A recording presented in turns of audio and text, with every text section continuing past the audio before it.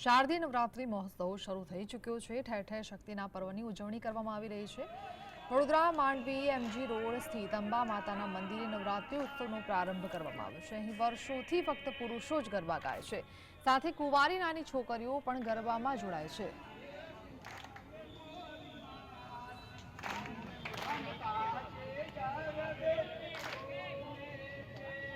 નવરાત્રીના જે 9 દિવસ આપણે જે શક્તિની આરાધના, માતાજીની આરાધના, સાક્ષાત અંબામાં જે ઘડિયાળીપુરમાં આવીને બધાને જે સુખ શાંતિ સમૃદ્ધિ આપે એવી માતાજીને મારી એક અરજી છે અને બધાને આખા વિશ્વને એક આદેશ આપે કે આ શક્તિની આરાધના શું છે।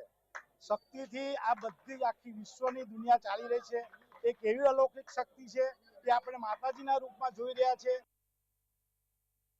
આ વર્ષો જૂની નવરાત્રી જે જીવંત પરંપરા જે છે રાજા મહારાજાના ટાઈમથી ચાલુ આવે છે, જે ઓરિજિનલ નવરાત્રી જે કહેવાય છે, સેલિબ્રેટ કરાય છે જે રીતે, એ આ છે।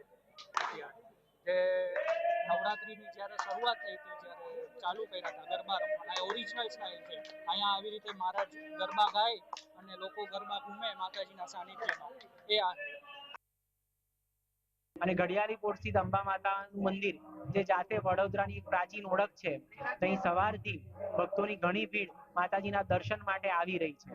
અને અહીંયાની એક વિશેષતા એમ છે જે અહીંયા થતા પુરુષોના ગરબા એના વિષયમાં હું ખાસ એવી રીતની જાણકારી આપવા માંગુ છું કે વર્ષો પહેલા જ્યારે વડોદરા વડપત્રથી જણાતું હતું ત્યારે મોડી રાત્રે સ્ત્રીઓ ગરબામાં જોડાઈ શકતી નથી, અને એ કારણે આજુબાજુ જે ઝરૂખા બેઠા બનેલા છે એમાં બેસીને ઉચ્ચ સ્વરે માતાજીના ગરબા ગાતી, અને પુરુષો માતાજીની ચુંદડી કે એમની સાડી ઓઢીને સખી રૂપે માતાજીના ગરબા કરતા, જે પ્રણાલિકા આજે પણ અહીંયા